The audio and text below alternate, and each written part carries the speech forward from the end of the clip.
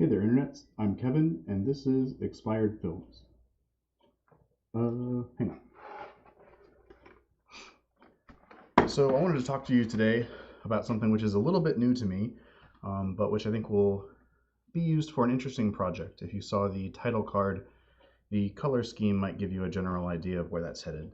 I'm not quite ready to announce that yet, but I did want to discuss something specific: prop creation.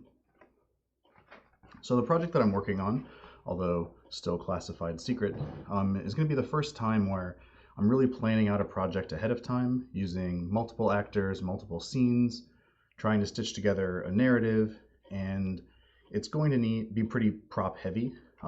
It has a shtick or a gimmick, but overall, I'm pretty excited about it. I've been banding about this idea for a little over a year now, and although the quarantine kind of put a stop to in-person collaboration, hopefully we'll see an end to that soon.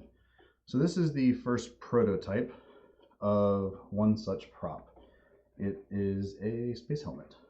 So this started its life out as a hamster cage enclosure for the top part and a bit of a 5-gallon bucket.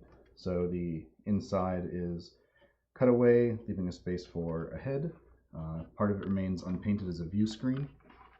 This will be cleared up, but this is a little bit of a spray over from clear coat. We used some condensed foam for armored plating, and it has been painted and weathered. So when I first started out, I kind of didn't know exactly where this was going to land, and there's going to be some color skew that occurs. But I'm pretty pleased with it. So one of the things that I really wanted to talk about was this distressing and weathering that you see here. So this is multiple coats, different kinds of paint, and basically using a liquid masking technique to give the illusion of battered paint over primer over metal.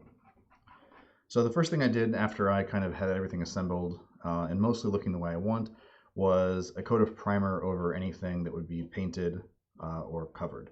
That also helps seal in the foam and make sure that the follow-up paint coats will adhere a bit more uniformly across the surfaces, since there's 3 different materials present.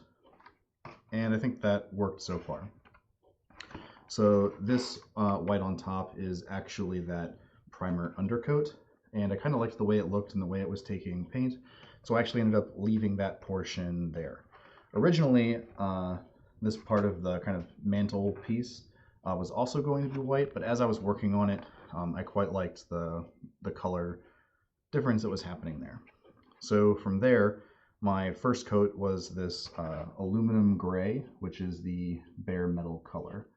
So I masked everything off that wasn't going to get paint, which included the visor, now the white portions of the top of the helmet, and sort of the spaces in between the armor plates.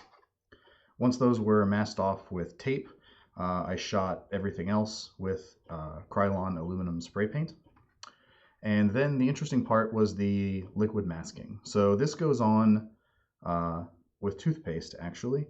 And you could use actual liquid masking material, but I think toothpaste produces this interesting, kind of hard to predict organic look that I was going for.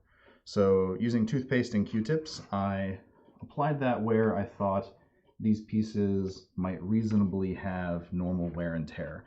So at the edges, anything that protrudes, things that would have hands and gloves touching them, anything on the top where bumping into it might produce wear spots, and then a few pieces in the middle just to kind of get a little bit of interest.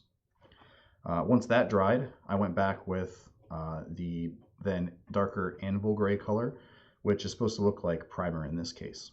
So the whole thing, including the toothpaste, gets shot over with primer. And then after that dries comes another layer of toothpaste. So basically, anywhere you've covered with toothpaste is going to stand out by looking a little bit ripply or taller than the surrounding area. So the toothpaste then goes around that, and you want that to be wider and cover more area than your original toothpaste for the metal. You don't have to let that set up at all. It can stay liquid, although if you're too close with the spray paint, you might move it around a little bit.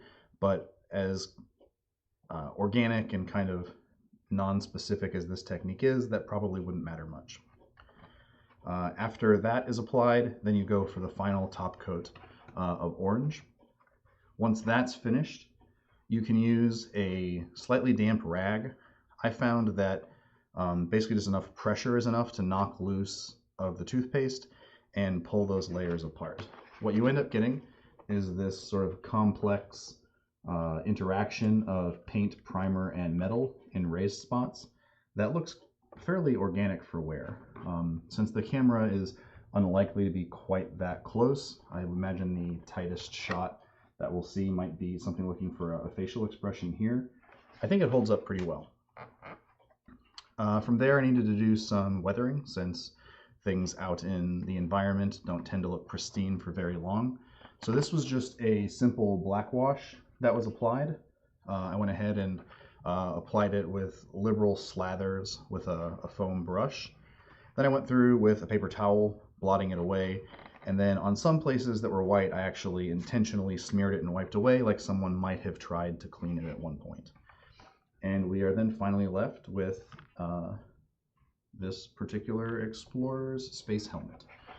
So for this particular project, I'm going to need several of these. I have the materials to do 4 more, and I think 5 total will kind of be where I wanted to land on it.